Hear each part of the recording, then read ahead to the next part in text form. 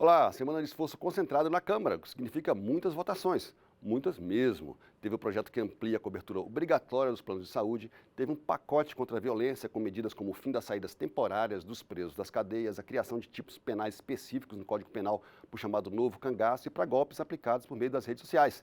Teve ainda a definição de regras para o trabalho remoto, mudanças no ticket de alimentação e muito mais. Vamos começar com os planos de saúde. Deputados e deputadas aprovaram um projeto que permite, em certos casos, obriga a cobertura pelos planos de saúde de procedimentos, tratamentos e exames não previstos na lista oficial elaborada pela Agência Nacional de Saúde Suplementar, a ANS. A proposta, se virar lei, contorna a decisão do Superior Tribunal de Justiça que, em junho, decidiu que os planos só são obrigados a cobrir os procedimentos previstos na lista, o chamado rol taxativo. Entre os tratamentos que perderam a cobertura estão terapias para as pessoas portadoras de autismo, tratamentos de doenças raras e procedimentos recentes ainda não incluídos na lista.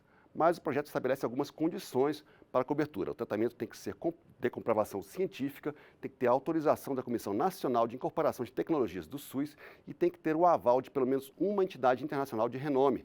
A aprovação do projeto, que ainda tem que passar pelo Senado, foi muito comemorada em uma votação acompanhada por famílias de pacientes, mas não foi unânime.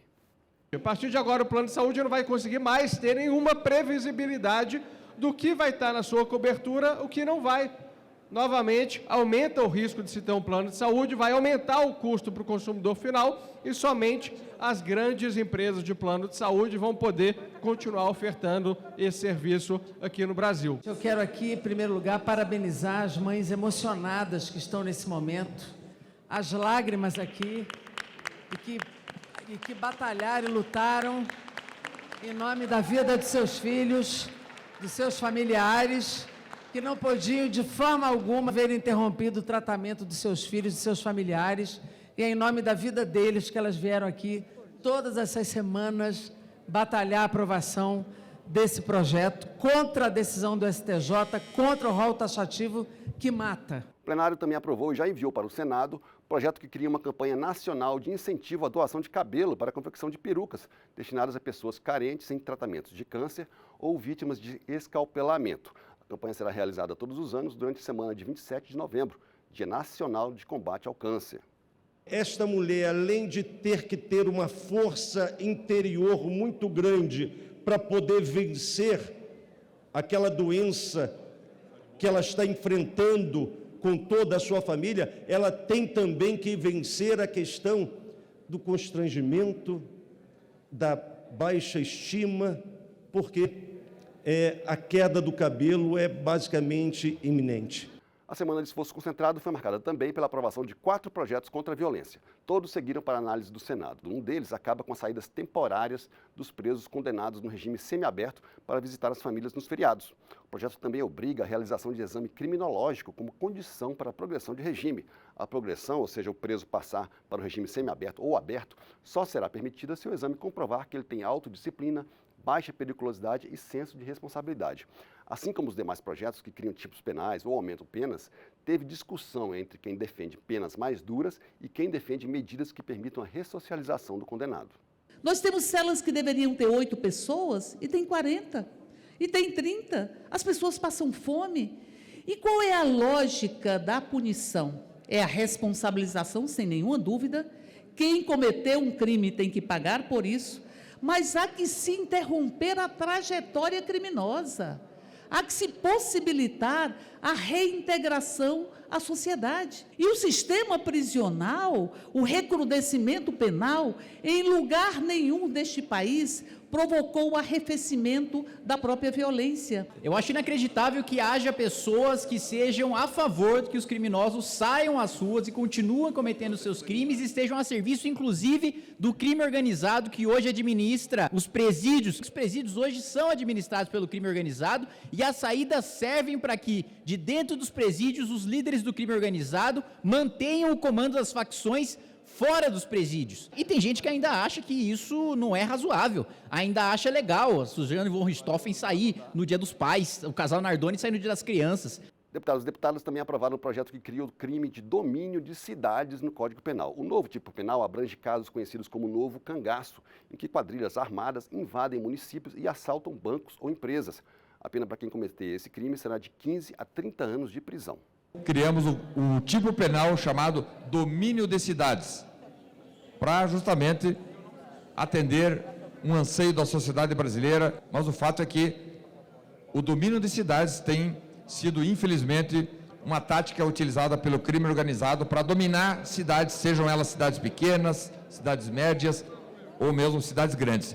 O plenário também aprovou a criação de outros tipos penais, esses relacionados a golpes aplicados pela internet. A proposta inclui novas formas de estelionato no Código Penal: o estelionato emocional, a fraude eletrônica e o estelionato contra idoso ou vulnerável. Estelionato emocional é aquele golpe em que a vítima entrega bens ou valores como parte de uma relação afetiva.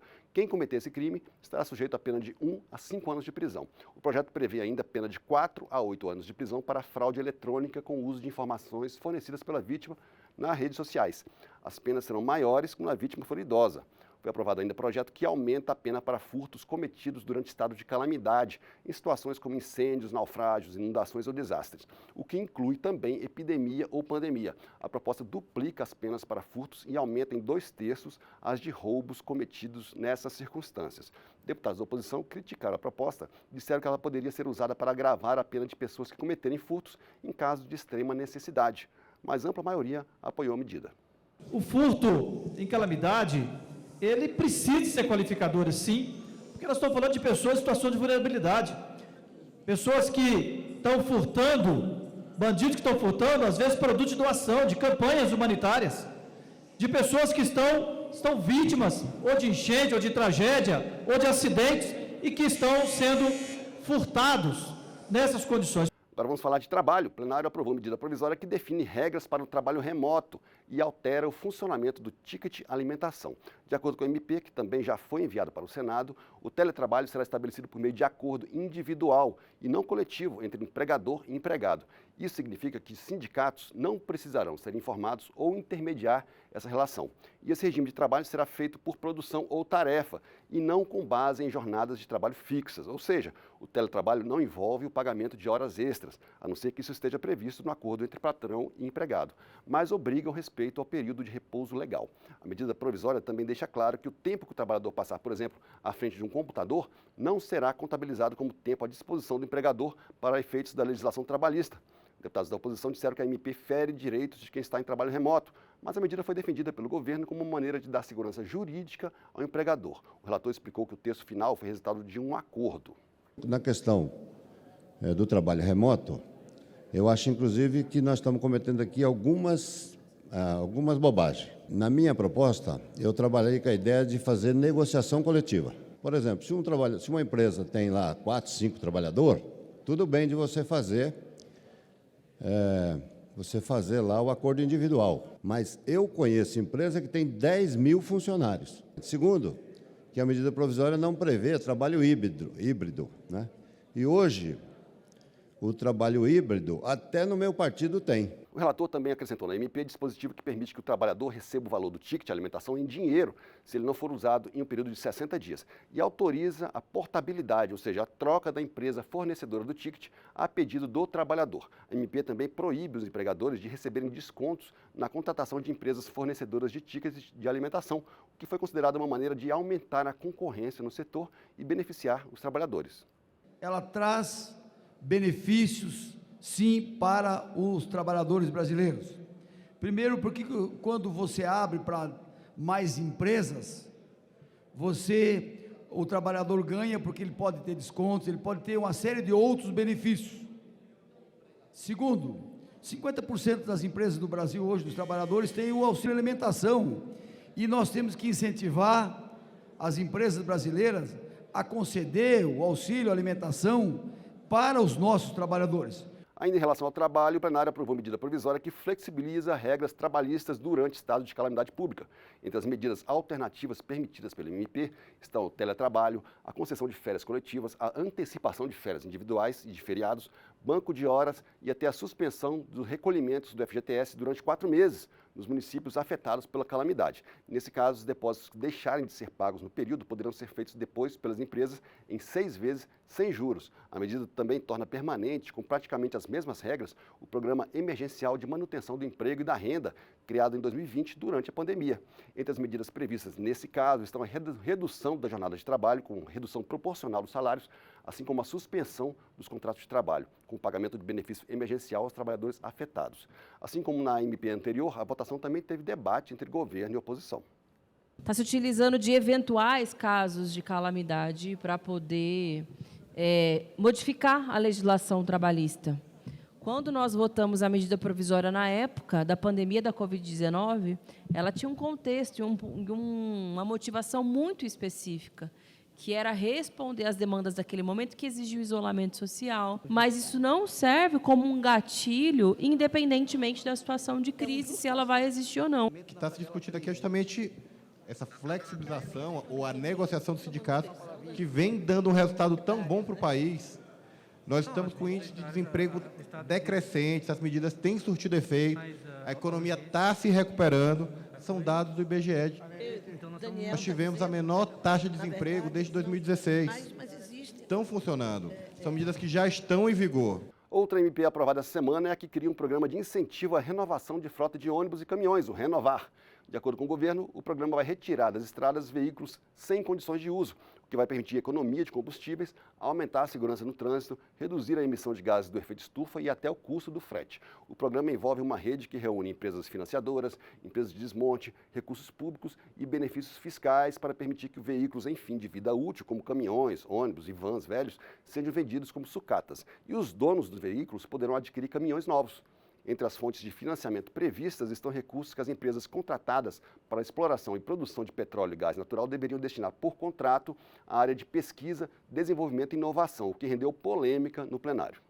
Ele retira recursos que alimentariam fundos de pesquisa em ciência e tecnologia para incentivar um programa de renovação de frota. Um documento feito pela área de ciência e tecnologia, pela área de pesquisa no país, que diz: não troque pesquisa por sucata. Esse é o problema central dessa medida provisória. O foco na renovação de frotas, principalmente de ônibus, principalmente de caminhões e vans, que é uma pauta importante para o nosso país e necessária, não somente para dar condições à melhoria da economia, para o desenvolvimento do nosso país, mas para a garantia da proteção das vidas nas nossas rodovias. O Brasil é um dos países que tem a maior dificuldade em relação às frotas e falta incentivo para isso. Essa medida provisória vai dar condições. Nessa semana intensa no plenário, os deputados aprovaram ainda projeto que institui a Política Nacional de Educação Digital, com a definição de eixos de atuação e objetivos a serem alcançados pelas políticas públicas voltadas para a inserção dos estudantes brasileiros na nova economia que gira em torno das tecnologias digitais. Entre as medidas previstas estão o ensino de competências digitais, como programação e robótica, desde o ensino básico. Eu não posso deixar aqui de colocar a importância desse projeto, que tem claramente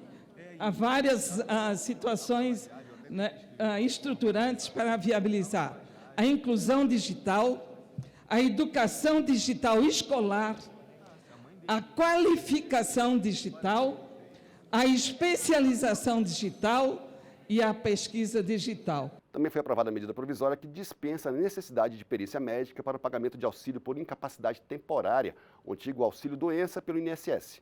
A MP permite que o benefício seja pago depois da apresentação de atestado ou laudo médico, mas exige perícia periódica para os casos de auxílio-acidente, que é o benefício pago aos trabalhadores que ficam com sequelas permanentes depois de sofrerem acidente de trabalho, mas que mesmo assim continuam trabalhando, ainda que com capacidade reduzida. Os deputados também aprovaram um projeto que define regras para os concursos públicos federais. Uma das novidades é a autorização para a realização de provas à distância, de forma online ou por plataforma eletrônica. O texto também proíbe a discriminação de candidatos baseada em idade, sexo, estado civil, condição física, deficiência, etnia, naturalidade ou local de origem. Mas a oposição criticou a proposta por não proibir a discriminação em função da opção sexual do candidato. Todas essas regras não valem para ingresso nas carreiras de magistratura, do Ministério Público, da Defensoria Pública, das Forças Armadas e das empresas públicas e sociedades de economia mista que não recebam recursos públicos. E esse foi um resumo do que aconteceu de mais importante no plenário da Câmara essa semana. Nos vemos no próximo Esforço Concentrado. Até lá.